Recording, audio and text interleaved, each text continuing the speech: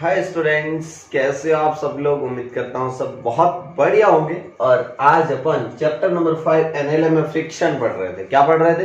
Friction. Last class में अपन discuss कर चुके हैं फ्रिक्शन के बारे में। फ्रिक्शन होता क्या है? फ्रिक्शन बेसिकली रिलेटिव मोशन का अपोज करता है। फ्रिक्शन बेसिकली क्या करता है? टू बॉडीज के बीच की रिलेटिव मोशन का क्या करता है? अपोज करता है। एग्जाम्पल के लिए अगर देखो, ये बॉडी है, यहां पे रुकी हुई है, ये बॉक्स है, इंक का बॉक्स है और ये कॉपी है। इसके ऊपर क्या है कि मैं जैसे ही नोटबुक को ऐसे आगे की तरफ मूव कराऊंगा, इसके साथ साथ ही मूव करेगा। लेकिन जैसे मैं बहुत ज्यादा स्पीड के साथ देखो ये पीछे स्लिप कर रहा है, बहुत ज्यादा स्पीड के साथ। देखो मैं थोड़ा स्लो चलूंगा ना तो ये यहीं रहेगा, इसको कोई प्रॉब्लम नहीं। फ्रिक्शन ने रोक के रखा। Friction is sufficient to prevent the motion of the what box with respect to notebook. अच्छा, अगर मेरी बात सुनो कि अगर मैं इसकी स्पीड बहुत ज्यादा करूं, अगर मैं इसकी स्पीड यानी कि इसके पास एक्सेलरेशन बहुत ज्यादा होगा, देखो मोशन हो रही है, देखो देखो ये पीछे की तरफ जा रहा है। किधर जा रहा है? पीछे की तरफ। अगर मैं इसकी बहुत ज्यादा हाई स्पीड रखूंगा तो ये पीछे स्लाइड करना शुरू कर जाएगा। तो आपको ये चीज समझ में आ गई। फ्रिक्शन बेसिकली रिलेटिव मोशन का अपोज करता है। Friction opposes relative motion. Friction opposes relative motion between two bodies. Okay, आगे बढ़ते हैं। और क्या चीज होती है? फ्रिक्शन मैंने पढ़ाया था आपको, बेसिकली 3 टाइप का होता है: static friction, kinetic friction, rolling friction. Rolling friction का इतना यूज अपने अभी नहीं है, मेनली फोकस रहेगा अपना फ्रिक्शन का स्टैटिक एंड काइनेटिक पे। Friction, static and kinetic. Friction एक फोर्स है। फ्रिक्शन एक क्या है? फोर्स है। पहला फोर्स है स्टैटिक फ्रिक्शन और दूसरा है काइनेटिक फ्रिक्शन। अब नाम से ही पता चल रहा है काइनेटिक का मतलब क्या। जब बॉडी मोशन में हो तो ये फ्रिक्शन लगेगा। काइनेटिक फ्रिक्शन हमेशा एफ के से रिप्रेजेंट किया जाता है और इसकी वैल्यू फिक्स होती है, म्यू के into N.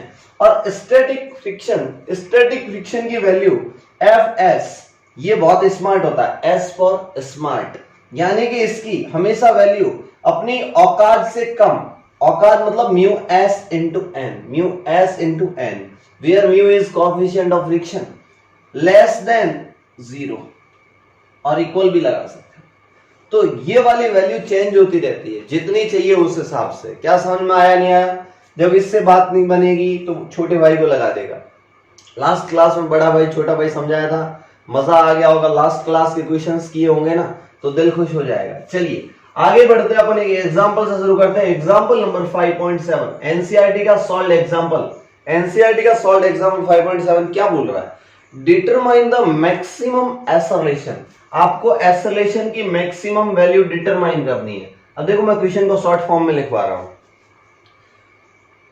Acceleration of the train in which a box lying on its floor will remain stationary given that the coefficient of static friction between the box and the train's floor is 0.15। Mu given है आपको 0.15। Coefficient of friction कितना given है? 0.15। एक train है, train के अंदर एक box है। ये ट्रेन है, ट्रेन के अंदर एक बॉक्स है, ये ट्रेन चल रही है। बोला कि ट्रेन कितना तेज चला सकते हैं कि इसके अंदर एक बॉक्स है, लेट से m मास का बॉक्स है। कितने मास का बॉक्स है? m मास का। तो जितना तेज भगाओगे ये बॉक्स पीछे आना चाहेगा, लेकिन इसने बोला है कि ट्रेन के रेस्पेक्ट में ये बॉक्स रेस्ट पे रहना चाहिए। तो इसको रेस्ट पे कौन रोक के रखेगा? जैसे आगे धक्का लगेगा ये बॉक्स पीछे जाना चाहेगा, फ्रिक्शन बोलेगा मैं तेरे को बचा के रखूंगा, तो फ्रिक्शन लगेगा इस बॉक्स और इस सरफेस में आगे और ट्रेन पे लगेगा पीछे। ओके, देखिए अच्छे से इस बॉक्स की मैं एफबीडी बनाता हूं। एफबीडी देखना, अच्छे से देखना एफबीडी। ये बॉक्स ऐसे एम मास का, इस पे इसको रोक के कौन रख रहा है? और तो कोई हाथ, कोई इंसान तो बैठा नहीं है। इसको फ्रिक्शन ने बोला कि मैं तेरे को आगे ले जाऊंगा मेरे साथ, फ्रिक्शन लग गया आगे, तो ये ब्लॉक रुका रहेगा विद रेस्पेक्ट टू ट्रेन। अच्छा, ट्रेन जा रही ए एक्सेलरेशन से, तो बॉक्स का भी एक्सेलरेशन सेम होना चाहिए ना। ओहो, इसका एक्सेलरेशन भी इस बॉडी पे नेट फोर्स फ्रिक्शन के इक्वल है, तो friction equal to m into A, friction equal to m into A, friction equal to m into A. Good. नीचे की तरफ लगेगा, धरती माता ने लगाया नॉर्मल मतलब ग्रेविटेशनल फोर्स mg, तो इस सरफेस ने ऊपर की तरफ लगा दिया normal n। Box y direction में इक्विलिब्रियम में, so n equal to mg, n equal to mg। Good, n equal to mg। और फ्रिक्शन की आपको एक्सेलरेशन मैक्सिमम चाहिए। सोचो ये एक्सेलरेशन मैक्सिमम कब होगा, जब फ्रिक्शन मैक्सिमम होगा, और फ्रिक्शन मैक्सिमम होता है औकात म्यू इंटू एन। औकात कितनी होती है, mu into N, mu into N equal to M into A max. Good. अब मैं इस क्वेश्चन को यहां पे सॉल्व करता हूं। कहां गया भाई, रफ करने वाले को कहां गया? ओके गुड, ये वाली चीज मैं रफ कर रहा हूं।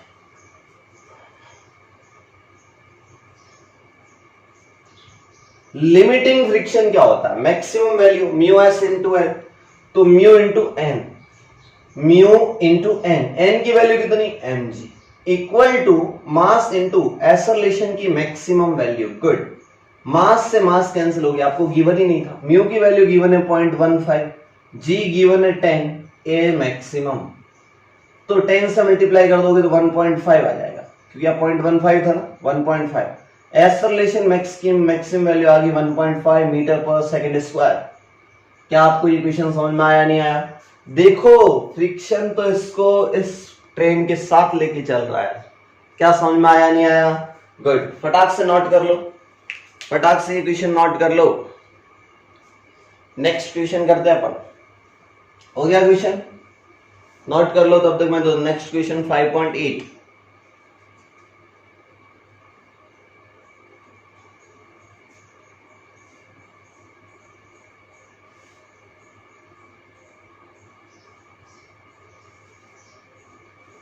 ओके फटाफट नोट कर लो। Next question 5.8। 5.8 पढ़ने से पहले मैं तुम्हें एक कॉन्सेप्ट पढ़ाता हूं। एक कॉन्सेप्ट है,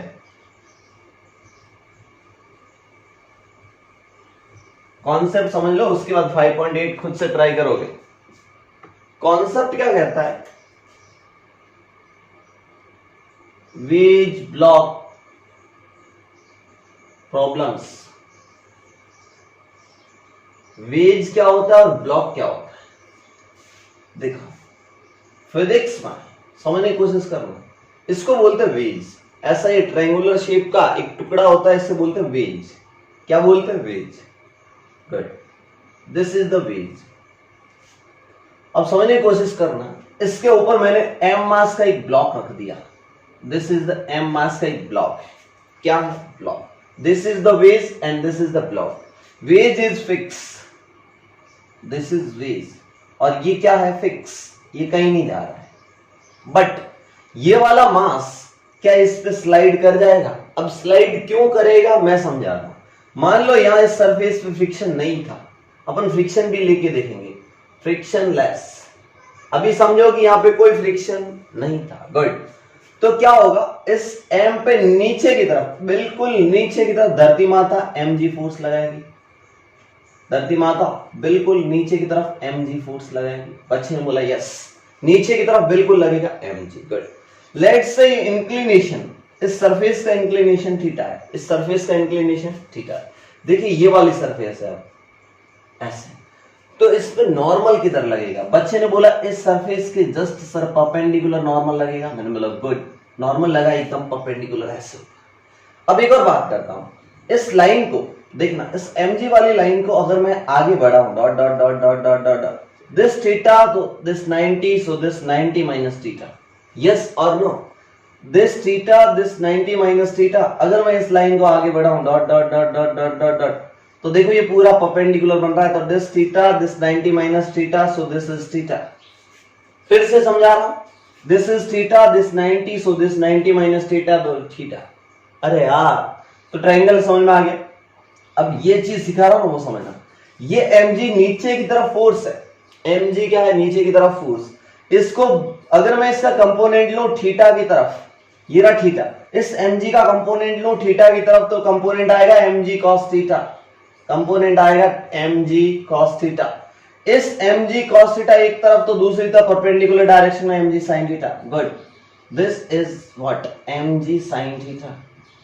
बच्चे ने बोला सर समझ में आ गया, एक कंपोनेंट mg cos थीटा, दूसरा component mg sin theta.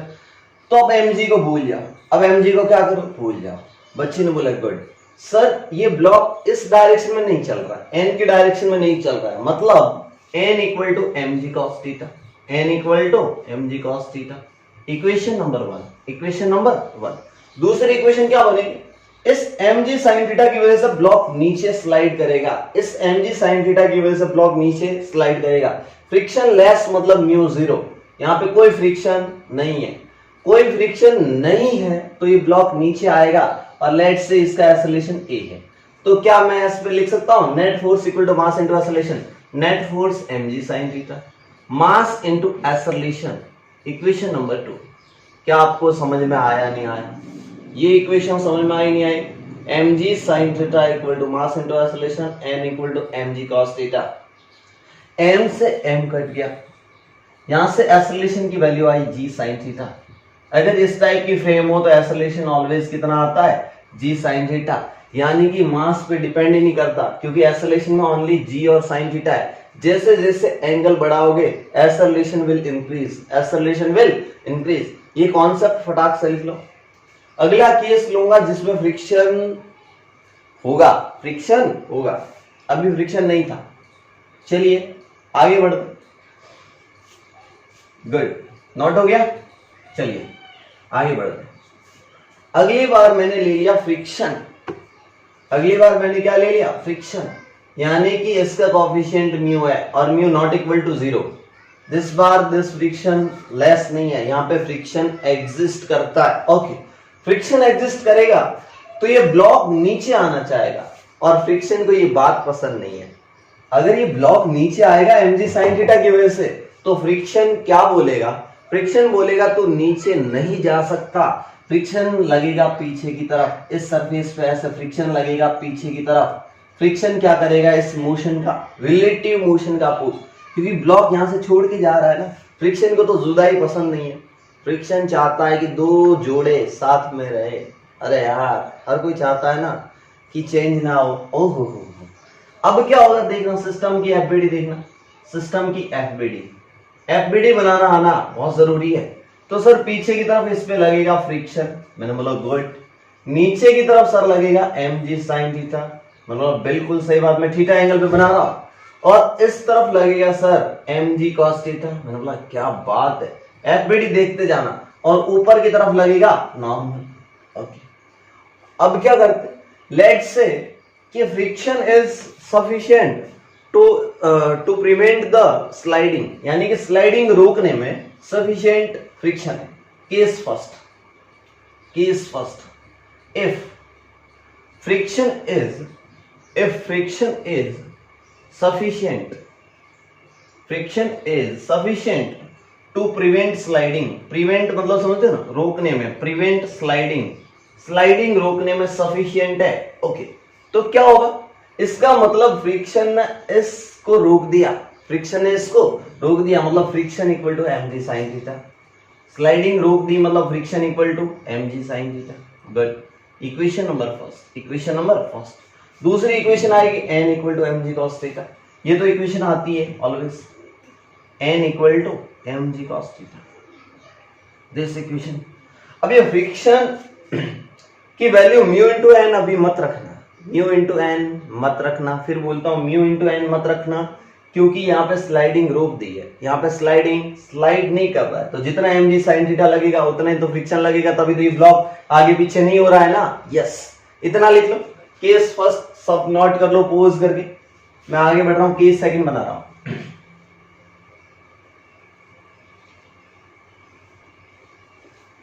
Case second, there is sliding, case second, there is sliding. जब स्लाइडिंग होगी तब क्या होगा, देयर इज स्लाइडिंग। इसका मतलब क्या हुआ कि mg sin थीटा बड़ा है ना, फ्रिक्शन छोटा पड़ गया, इसका मतलब ब्लॉक नीचे जा रहा है और लेट से इसका एक्सेलरेशन a है, तो ये वाले डायरेक्शन में फोर्स बैलेंस है, क्योंकि ऊपर नीचे नहीं जा रहा, सिर्फ ये नीचे आ रहा है, ऐसे तो नहीं हो रहा है ना मोशन, तो n equal to M G cos theta, equation number first, n equal to M G cos theta, equation number first. Good. नीचे की तरफ लग रहा है एम जी साइन थीटा, तो net force equal to Newton का second law, M G sine theta minus friction equal to mass into acceleration. Mass m है और एक्सेलरेशन a कंसीडर किया। This is equation number second. ये दो equation बनाने आ गई तो मजे पड़ जाएंगे। अब सर क्या करें, मैंने बोला टेंशन मत ले। फ्रिक्शन देख, फ्रिक्शन की मैक्सिमम वैल्यू क्या हो सकती है, फ्रिक्शन मैक्सिमम लग जाएगा, या तो काइनेटिक लग जाएगा या फिर अगर स्लाइडिंग होगी तो फ्रिक्शन मैक्सिमम लगेगा, क्योंकि फ्रिक्शन अपनी औकात लगा देगा रोकने के लिए। तो फ्रिक्शन की मैक्सिमम वैल्यू क्या होती है, फ्रिक्शन की मैक्सिमम वैल्यू होती है sir mu into N. Friction की मैक्सिमम वैल्यू होती है म्यू इंटू एन, और अगर यहाँ काइनेटिक होता तो एम के इंटू एन होता, एम के अरे म्यू के इंटू एन होता। तो म्यू इंटू एन की वैल्यू कितनी, एम जी, मारूंगा एक थप्पड़, एन ये पड़ा एम जी कॉस थीटा। रटो मत फिजिक्स को, रटो मत, फिजिक्स समझो। इक्वेशन नंबर थर्ड, क्या friction equal to mu M G cos theta मिल गया, यहां पुट कर दो।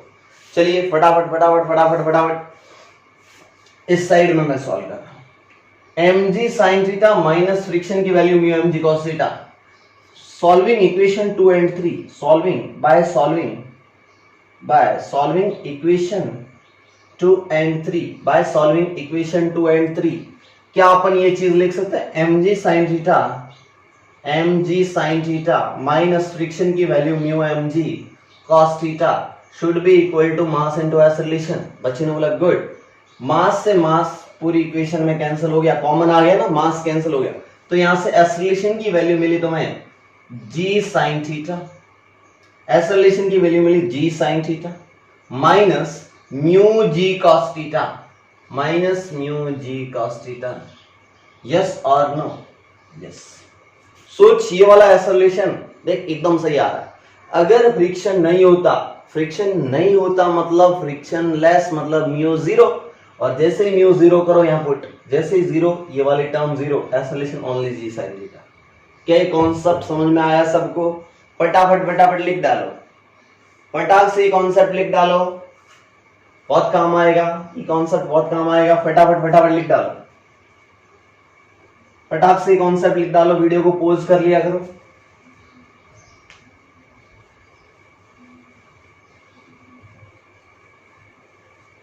अब करते हैं अपन एग्जांपल। चलो आ जाओ एग्जांपल करते हैं। एनसीईआरटी का example number 5.8। Wait, example number 5.8 क्या बोल रहा है? See figure 5.11, a mass of 4 kg rest on a horizontal plane. Okay, क्या बोला इन्होंने कि हॉरिजॉन्टल प्लेन पे 4 kg, कितना kg? 4 kg, हॉरिजॉन्टल प्लेन पे 4 kg रेस्ट पे। Good. The plane is gradually incline until an angle theta equal to 15 degree. इस plane को क्या करते हो? ग्रेजुअली इंक्लाइन, इंक्लाइन का मतलब ऐसे ऐसे ऐसे ऐसे बढ़ाते हो। तो ये ब्लॉक इस पे ही है, ऐसा समझो। ये कॉपी पे 4 kg है, कितना kg? 4 kg। अब क्या करते हैं, इसको आप है ना एंगल इंक्लाइन करते हैं, मतलब इसको ऐसे करते हैं, देखो स्लाइड करना शुरू कर देंगे। अभी रेस्ट पे, जैसे मैं इसको ग्रेजुअली इंक्रीज करूंगा एंगल, एक पर्टिकुलर एंगल पे ये स्लाइड कर गया। क्या समझ में आया नहीं आया? बच्चे ने बोला ओ तेरी ये तो वेज प्रॉब्लम बन जाएगी। बोला कैसे? आप देखते रहना। जैसे मैंने इसको इंक्लाइन करना शुरू किया, इस प्लेन को मैंने इंक्लाइन करना शुरू किया, तो फोटो कुछ ऐसी बन गई, लाइट से थीटा एंगल, और इन्होंने बोला थीटा इक्वल टू 15 डिग्री तक। ये ब्लॉक ऐसे आ गया 4 kg, ये एम मास ले लेता हूं 4 kg ऐसे आ गया। तो सर ये तो कहीं ना कहीं वेज ब्लॉक सिस्टम वाली प्रॉब्लम बन गई। मैंने बोला यस, ये 4 kg है, बट ये कितना है? 4 kg। फिर इन्होंने क्या बोला है, थोड़ा क्वेश्चन पढ़ लेते हैं। With the horizontal the mass of just begin to slide का मतलब क्या? अब फ्रिक्शन की औकात के बराबर हुआ है। नीचे एम जी साइन थीटा लगेगा, अभी तो सीखा था अपन ने concept M G sine theta, और इधर की तरफ लगेगा जस्ट इसके perpendicular M G cos theta, इसके जस्ट परपेंडिकुलर क्या लगेगा? M G cos theta. और इसके जस्ट ऐसे क्या लगेगा, नॉर्मल।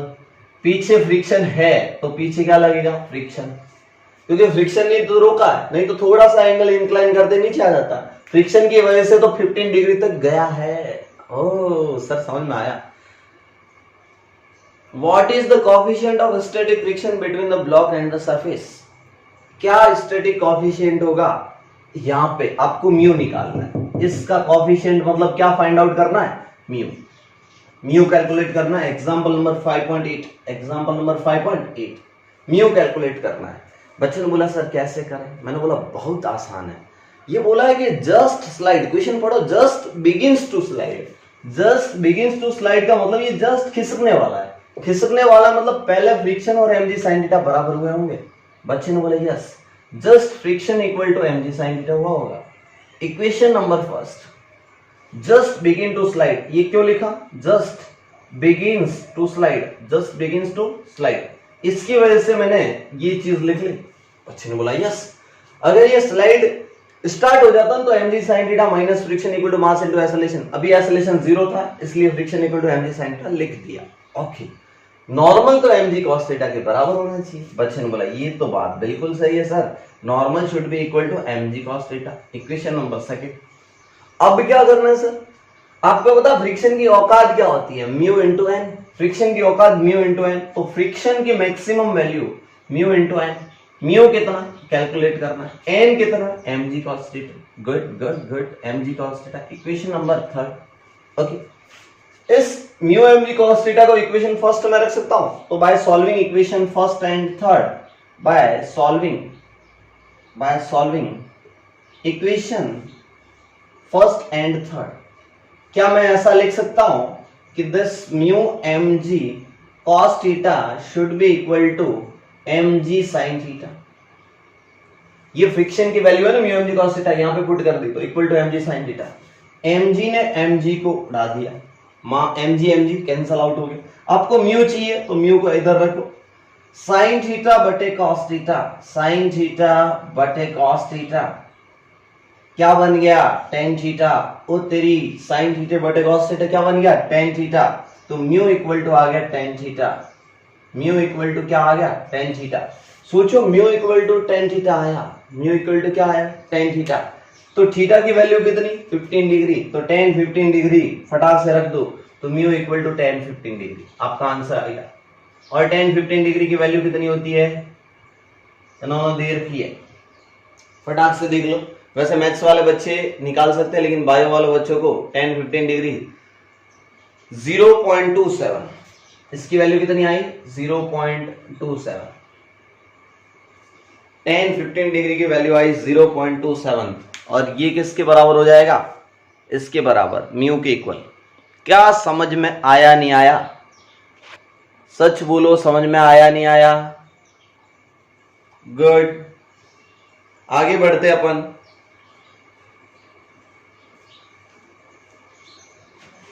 एग्जाम्पल नंबर 5.9 करो। एग्जाम्पल नंबर 5.9 क्या तुम कर पाओगे, एग्जाम्पल नंबर 5.9 तुमसे होगा क्या, एग्जाम्पल नंबर 5.9 देखो, टेस्ट में पूछने वाला हूं ये एग्जाम्पल्स, तो अच्छे से देख लो, सॉल्यूशन कॉपी मत मारना, पहले बोल रहा हूं, तुम्हें बता रहा हूं इसलिए कि तुम प्रैक्टिस करो, और खुद से करोगे तो अच्छा लगेगा, मुझे भी और तुम्हें भी, मेरी आत्मा को भी खुशी मिलेगी और तुम्हारी भी। चलिए आगे बढ़ते। Next question 5.9, next question 5.9। अब 5.9 में आपको ये क्वेश्चन दिख रहा होगा, पुली दे रखी है, स्ट्रिंग दे रखी है, ये सब क्या है सर, डरना नहीं है, आपको डरना नहीं है। फिजिक्स में कोई भी क्वेश्चन बनाए कोई फर्क नहीं पड़ता, कॉन्सेप्ट आने चाहिए।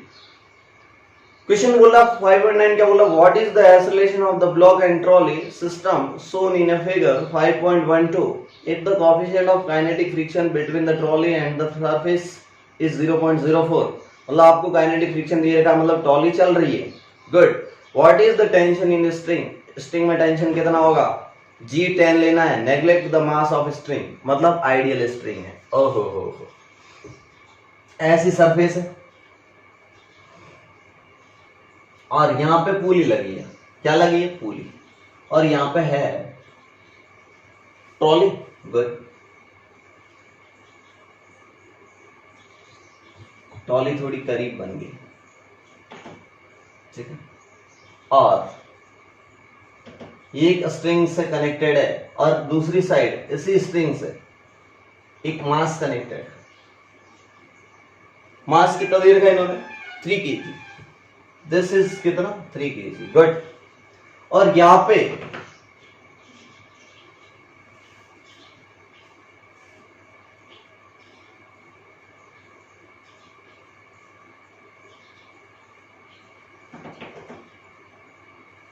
ओके, आपको म्यू कितना गिवन है? 0.04 काइनेटिक फ्रिक्शन, म्यू के coefficient of kinetic friction 0.04। Okay, mass of trolley भी दे रखा है इन्होंने, मास ऑफ ट्रॉली 20 kg। उस ट्रॉली का मास कितना है? 20 kg। Okay, mass of trolley कितना है? 20 kg। गुड। और जी दे रखा है 10 मीटर पर सेकंड, वो तो अपन ले लेंगे। मैं यहाँ पे कुछ चीजें बताऊंगा कि इन्होंने स्ट्रिंग का मास नहीं लेना। स्ट्रिंग का मास नहीं लेना मतलब this is the ideal string, this is what? Ideal string. और आइडियल स्ट्रिंग की एक और खास बात बता देता हूं, ये मासलेस होती है। और दूसरी चीज सुनो, ये इनएक्सटेंसिबल होती है, मतलब इसकी लेंथ में कोई इंक्रीमेंट नहीं होता। यानी कि इसकी दो प्रॉपर्टी होती है, फर्स्ट मासलेस, दूसरी इनएक्सटेंसिबल, इनएक्सटेंसिबल, तीसरी फ्रिक्शनलेस। फ्रिक्शन नहीं लगता स्ट्रिंग और पुली के बीच में। देखो ये स्ट्रिंग या पुली का ओवर चल रहा है ऐसे, तो यहां पे फ्रिक्शन नहीं लगेगा, फ्रिक्शनलेस। गुड। और क्या बोल सकता हूं? ये आइडियल स्ट्रिंग है, मासलेस, फ्रिक्शन। इस पूरी स्ट्रिंग में टेंशन सेम रहेगा, एवरीवेयर टेंशन की वैल्यू क्या होगी? सेम होगी। ओके, तो ये तीन चीजें याद रखना। और ये पुली है, उसका भी मास नहीं है। This pulley is also massless, ideal pulley है, मासलेस पुली है, फ्रिक्शनलेस पुली है, फ्रिक्शनलेस। इस पुली के बारे में मैं बता देता हूं आपको। मासलेस, फ्रिक्शनलेस मतलब आइडियल पुली। कैसी पुली? आइडियल पुली, आइडियल पुली। कैसी पुली? आइडियल पुली। गुड। फिजिक्स में ये एजम्पशन मान के चलते हैं, बार बार नहीं बताऊंगा, एक बार समझ लो। ओके, अब क्या हुआ होगा समझना कि नीचे की तरफ लग रहा होगा 3G। 3G समझते हो? धरती माता m इंटू जी, नीचे लग रहा होगा 30 न्यूटन। लेट से इस स्ट्रिंग में टेंशन T एज्यूम कर लेता हूं, तो हमेशा इस एंड से टाइड है, तो टाइड एंड से टेंशन अवे होगी, तो टेंशन ऊपर। ऐसा लग रहा है पुल कर रही है। क्या कर रही है? पुल कर। ओके, एक एंड यहाँ पे टाइड है, तो ऐसा लगेगा टेंशन इधर की तरफ पुल कर रही है, तो यहाँ पे टेंशन समझ में आ गया। बच्चे ने बोला डायरेक्शन समझ में आ गई सर, टाइड एंड से अवे, टाइड एंड से away. Good good good good good good good. ये टेंशन इस गाड़ी को आगे ले जाएगा, इस गाड़ी को क्या ले जाएगा? आगे। तो यहाँ पे फ्रिक्शन लगेगा पीछे, इस टायर पे फ्रिक्शन लगेगा एफ के पीछे। और एफ के की वैल्यू ऑलवेज होती है म्यू के इंटू एन, म्यू के इंटू एन। सर एन कैसे निकालो? मैंने बोला एन ऊपर की तरफ लगा होगा और नीचे की तरफ एम जी लग रहा होगा। बच्चे ने बोला good sir, N equal to 20G। N equal to कितना? 20G। गाड़ी का मास कितना है? 20 kg। 20 इंटू जी, गुड। 20 इंटू जी, जी कितना? 10। तो ये कितना आ गया? 200 न्यूटन। 200 न्यूटन, एन की वैल्यू आ गई 200 न्यूटन। आगे सॉल्व करो खुद से।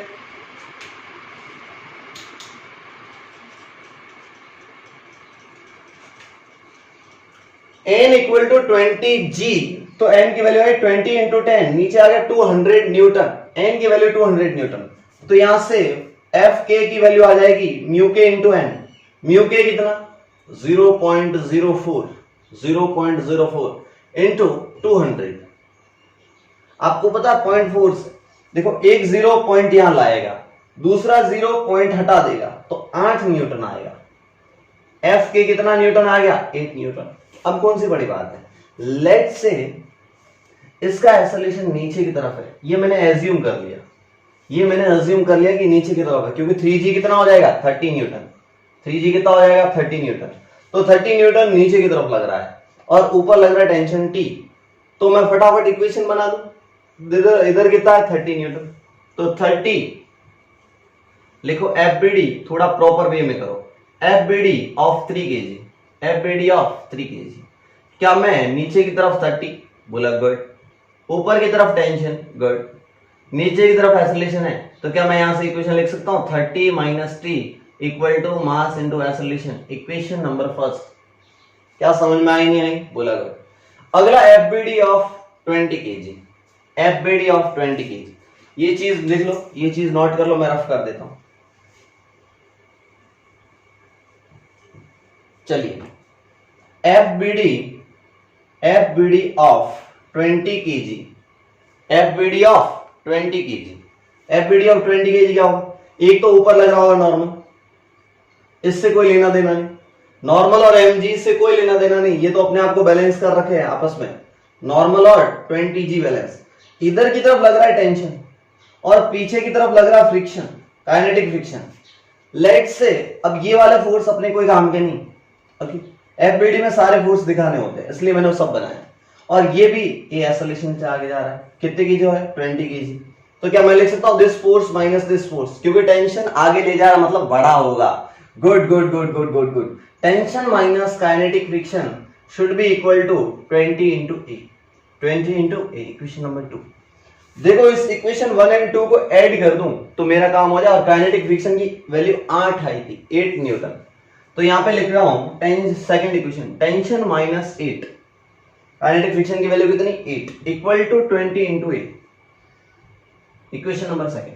सोचो इक्वेशन 1 और 2 को ऐड करो, क्यों ऐड करता हूं सर, क्योंकि इधर प्लस का टी है इधर माइनस का टी है, ऐड कर दो, टेंशन टेंशन गया, टेंशन टेंशन गया, 30 में से 8 गया, 30 में से 8 गया, पीछे कितना बचा 22 इक्वल टू 20 प्लस 3 23 है, तो एक्सेलरेशन की वैल्यू आ गई 22/23, एक्सेलरेशन आ गया 22/23 मीटर पर सेकेंड स्क्वायर।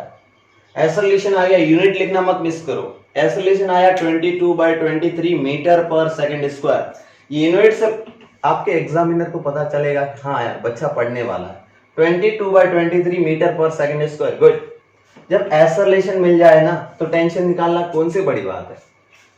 देखो एक्सेलरेशन मिल गया 22/23, ये चीज रफ कर, एक्सेलरेशन मिल गया, अब टेंशन निकालना है, देखो टेंशन निकाल लेते हैं। इस वाली सेकंड इक्वेशन में लिख लो tension minus 8 equal to 20 into a, कितना आया 22/23, तो यहां से टेंशन की वैल्यू कितनी आ जाएगी 22 into 2 44, 440 upon 23 plus 8, this is your answer. इस अब मैथ्स है ना, आगे तो 23 को 8 से मल्टीप्लाई करो, सब डिवाइड कर दो, तो ये टेंशन की वैल्यू आ गई, किसकी वैल्यू आ गई, टेंशन की वैल्यू आ गई।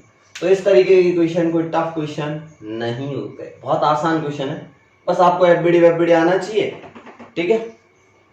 चलिए तो अपन आगे बढ़ते हैं, एग्जाम्पल नंबर 5.9 हो गया, एग्जाम्पल नंबर 5.9 हो गया, गुड। रोलिंग फ्रिक्शन की उतनी बात नहीं करूंगा, रोलिंग फ्रिक्शन बेसिक, बियरिंग देखा, बियरिंग, उस बियरिंग के अंदर रोलिंग फ्रिक्शन लगता है, जब घूमने वाली मोशन देखेंगे अब चैप्टर नंबर 7 में, कौन से चैप्टर नंबर 7 में थोड़ी बातें कर लूंगा, बाकी रोलिंग फ्रिक्शन का आपने इतना काम नहीं है, गुड। आगे बढ़ते हैं, सर्कुलर मोशन, चलिए ये चीज मिटा दो,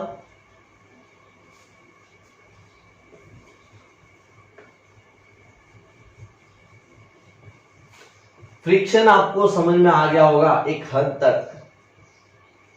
अगली चीज है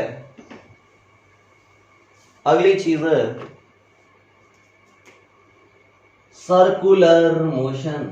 कैसी मोशन, सर्कुलर मोशन। अब सर्कुलर मोशन कैसा होती है, देखिए सर्कल पे गाड़ी घुमाना, जैसा सर्कल एकदम सर्कल मारते हैं गाड़ी घुमाते हो, कभी तुम लोग साइकिल घुमाते हो, तो उस मोशन का अपन डिस्कशन कर रहे हैं कि वो सर्कुलर मोशन कैसे होती है। आ जाओ, लाइट से आपके पास एक टेबल है, उस टेबल पे एनालिसिस करते हैं। हॉरिजॉन्टल बनाना आसान नहीं है क्योंकि बोर्ड वर्टिकल है ना, तो मैं हॉरिजॉन्टल प्लेन बना रहा हूं कि आपके पास ये टेबल है, इस टेबल पे यहां पे एक डोरी से पत्थर बांध दिया और ये पत्थर घुमा रहा हूं मैं ऐसे, इस डोरी से पत्थर बांध दिया, इस डोरी की लेंथ या डोरी की रेडियस आर है, इसमें ये ऐसे से घूम रहा है, ठीक है, ये टेबल है, ठीक है, ये टेबल है। ड्राइंग में तो मैं मास्टर हूं ही, तुम्हें ये टेबल दिख रही है ना, नहीं दिख रही है तो देखने की कोशिश करो। हॉरिजॉन्टल प्लेन, कैसा प्लेन? हॉरिजॉन्टल, मतलब ऐसे मेरी हथेली है ना, ऐसे टेबल है और उसके ऊपर बॉल मारो, तो क्या हुआ होगा देखना, इस पे अंदर की तरफ टेंशन लग रहा होगा। लेट से ये टेबल फ्रिक्शन लेस है, टेबल क्या है? फ्रिक्शन लेस, तो अंदर की तरफ क्या लगेगा? सिर्फ टेंशन लगेगा। इस डोरी में ऐसे ऐसे पत्थर घुमाओगे, टेंशन लगेगा। लेट से इसकी वेलोसिटी v है, इसकी वेलोसिटी कितनी है? v है। तो इस टेंशन को बैलेंस कौन करेगा? आपको पता है ऑलवेज अंदर की तरफ सेंट्रीपिटल एक्सेलरेशन चाहिए, तो टेंशन इक्वल टू आपका हो जाएगा mv square divide by r, क्योंकि m इंटू ए होता है ना, और तुम्हें पता है सर्कुलर मोशन में a होता है v square by r। Centripetal acceleration is basically v square by r। ये चीज पता चली नहीं चली? AC is what? v square by r। क्या समझ में आया नहीं आया? तो circular motion tension equal to, क्योंकि यहाँ पे स्ट्रिंग में टेंशन अंदर की तरफ फोर्स है, तो tension is basically mv square upon r। This is the what? Tension. Okay, आगे बढ़ते हैं। अगर सर फ्रिक्शन होता तो चलो एक काम करते, इस डोरी से नहीं बांधता। सेकेंड एग्जाम्पल देखना, एग्जाम्पल से मजा आएगा। लाइट से यहां पे कोई गाड़ी होती और वो अब की बार डोरी नहीं है, अब की बार डोरी नहीं है, ये सर्कुलर मोशन कर रही है इस पॉइंट के अबाउट। Okay good. यहां पे ये गाड़ी, ये कोई खिलौना है, टॉय, इसका मास m है, इसका मास कितना है? m, और ये v स्पीड से r रेडियस का सर्कल, कितनी रेडियस का सर्कल? r रेडियस का, इसकी रेडियस कितनी है? r है। गुड। अब समझे कि v वेलोसिटी से ऐसे इसमें घूम रहा है। अगर सोचो कोई फोर्स अंदर की तरफ सेंट्रीपिटल फोर्स नहीं होगा तो गाड़ी बाहर चली जाएगी, यानी इसको अंदर खींचने वाला कोई फोर्स होना चाहिए। कहने का मतलब सोचो टायर पे इसका मैं अगर ऐसे ऐसे देखूं कि गाड़ी कैसे चल रही होगी, तो समझने की कोशिश करना कि गाड़ी ऐसे होगी, इसके पहिए ऐसे होंगे, ठीक है, अंदर जा रही है ऐसे, तो इस पे फ्रिक्शन इधर की तरफ लगेगा, अंदर की तरफ, और ये सेंट्रीपिटल फोर्स प्रोवाइड करेगा। This friction provide what? Centripetal force. Last time tension provide करवा दे रही थी, इस टाइम कौन प्रोवाइड करवा रहा है? फ्रिक्शन। लास्ट टाइम डोरी की टेंशन थी और इस बार फ्रिक्शन है, इस बार फ्रिक्शन है, और फ्रिक्शन कोएफिशिएंट लेट से म्यू, लेट से कितना? म्यू। गुड। तो सेंट्रीपिटल फोर्स प्रोवाइड कौन करवा रहा है? फ्रिक्शन। ओके, ऊपर की तरफ क्या होगा? n, नीचे की तरफ क्या होगा? mg। कई बच्चे परेशान हो गए होंगे, मेरी बात समझो। कभी कभी क्या होता है, आप यूं घुमाते हो ना सर्कल में घुमाते हो, तो अगर फ्रिक्शन नहीं होगा, वहां पे कुछ कीचड़ विचड़ रहा होगा तो आपकी गाड़ी स्लिप कर जाती, एकदम पूरा सर्कल टर्न नहीं मारती। या फिर हाईवे पे देखा होगा तो एकदम ऐसा सर्कुलर मोड होता है। अरे सर्कल देखे ना सर, ऐसी तो रोड नहीं देखी होगी, ऐसे भी फटाक से टर्न मार लिया ऐसे बिल्कुल हाईवे नहीं होता है, ऐसे सर्कुलर बनाया जाता है, ऐसे करके। ऐसे कुछ समझ में आ रहा है? नहीं आ रहा? तो आपकी गाड़ी आराम से आप टर्न मार सको। क्या समझ में आया? नहीं आया? नहीं सर, हमारे गांव में तो ऐसे हाईवे ऐसे जाते फटाक से 90 डिग्री एंगल पे मोड़ लेना होता है, तो भाई साहब तुम सीधा ही जाओगे, मोड़ वोड़ नहीं लोगे, ठीक है, किसी के खेत में मिलोगे, ठीक है। Good good good. Centripetal force, कौन सा force? Centripetal force. Centripetal force क्या करता है? उसको सर्कल में घुमाने में हेल्प करता है। सेंटर की तरफ ऑलवेज डायरेक्शन होती है, इसलिए बोलते हैं सेंट्रीपिटल फोर्स। कौन सा फोर्स? Centripetal force. यहाँ सेंट्रीपिटल फोर्स का काम फ्रिक्शन कर रहा है। कौन कर रहा है? फ्रिक्शन। लास्ट एग्जांपल में कौन कर रहा था? टेंशन। डोरी थी ना, तो tension. Good good good good. This is the friction. Okay sir, और क्या होगा? बाहर की तरफ इस पे फ्रिक्शन को बैलेंस कर रहा होगा m बराबर F बराबर m है, या फिर बाहर की तरफ लिख लो mv स्क्वायर अपॉन r। अगर फ्रिक्शन नहीं होता तो गाड़ी बाहर चली जाती और उसकी वैल्यू होती mv स्क्वायर अपॉन r।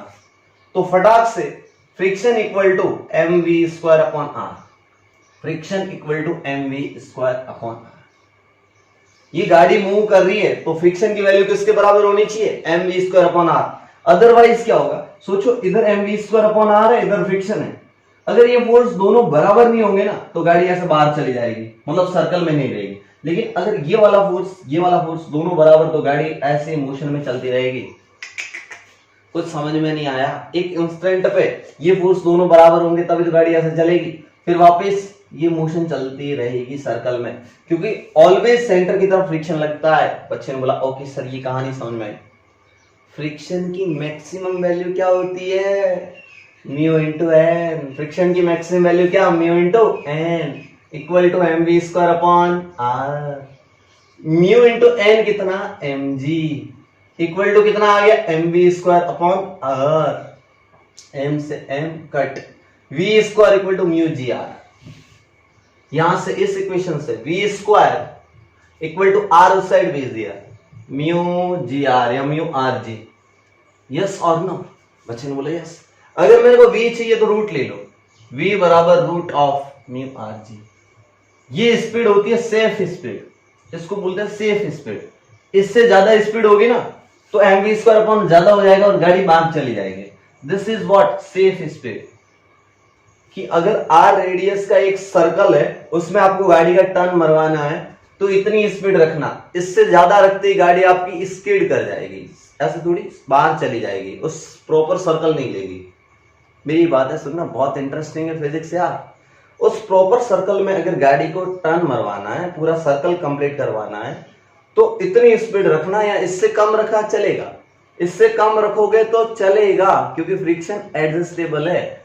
लेकिन इससे ज्यादा रखा ना तो फ्रिक्शन की तो आपने औकात ले ली है, तो फ्रिक्शन तो रोक नहीं पाएगा। M V square upon R बाहर की तरफ ज्यादा हो जाएगा, इसलिए गाड़ी स्किड कर जाएंगी, थोड़ा बड़ा सर्कल मार लेगी। क्या करेगी? बड़ा सर्कल मारेगी। ठीक है, गुड।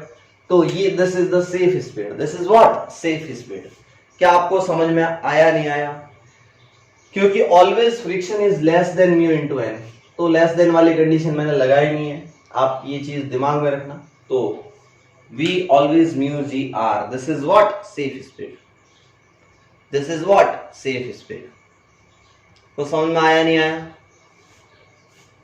ये चीज नोट कर लो, ये चीज नोट कर लो अच्छे से। सर्कुलर मोशन का फंडा समझ में आना चाहिए कि गाड़ी को सेंट्रीपिटल एक्सेलरेशन कौन देता है? फ्रिक्शन। कौन देता है? फ्रिक्शन। फ्रिक्शन की वजह से तो अपन सर्कल घुमा सकते हैं, अदरवाइज सर्कल घुमाना मुश्किल हो जाता। अब क्या होता है कि फ्रिक्शन ठीक है, आपने कभी हाईवे पे देखा हो ना, तो हाईवे है ना, ऐसे जब ऐसे टर्न लेते ना, ऐसे करके ऐसे हाईवे, तो एक साइड से बाहर वाली साइड से हाईवे थोड़े ऊपर होते हैं, ऐसे ये हाईवे जा रहा है समझो, तो ये हाईवे ऐसे करके ऐसे, तो ये वाली साइड है ना, ये वाली राइट साइड, इसमें गाड़ियां ऐसे जा रही है, जूम गाड़ियां ऐसे जा रही है, तो ये वाली साइड थोड़ी ऊपर होती है। समझो कि हाईवे है, ये हाईवे, तो ये थोड़ा इस साइड से ऊपर होता है जब यूं टर्न लेना होता है। अगर मेरी गाड़ी इस साइड से आ रही है तो ये वाली साइड थोड़ी ऊपर होती है। कभी हाईवे नोटिस करना, अरे तुम लोग हाईवे पे गए हो कभी कि गांव छोड़ के कहीं नहीं गए? नालायको, इधर देखो, ये हाईवे एकदम फ्लैट है। अगर गाड़ी ऐसे आ रही है, जूम ऐसे टर्न लेना है, तो इस साइड से हाईवे थोड़ा ऐसे मोड़ पे हाईवे थोड़ा ऐसे ऊपर कर देते हैं। ऐसे क्यों करते हैं वो सब चीजें बताऊंगा, तो वो नेक्स्ट क्लास में पढ़ेंगे। आपने टेस्ट के लिए अपन एक्सरसाइज शुरू करते हैं। एक्सरसाइज, एनसीईआरटी की एक्सरसाइज सॉल्यूशन। आपका होमवर्क रहेगा 5.1 से लगाकर 5.10 तक, 5.1 से लगाकर 5.10 तक एक क्वेश्चन नहीं, सारे क्वेश्चन कर लो 5.1 से लगाकर 5.10 तक का, क्योंकि इस बार मैं क्वेश्चन के अंदर से भी टेस्ट में पूछने वाला हूं। तो एक्सरसाइज सॉल्यूशन 5.1 टू 5.10 ये आपका प्योर होमवर्क रहेगा। नेक्स्ट क्लास में मैं डिस्कस करूंगा होमवर्क 5.1 टू 5.10। फटाफट सारे बच्चे कर लेंगे 5.1 से लगाकर 5.10 तक। गुड, आज की क्लास को यहीं बाय बाय।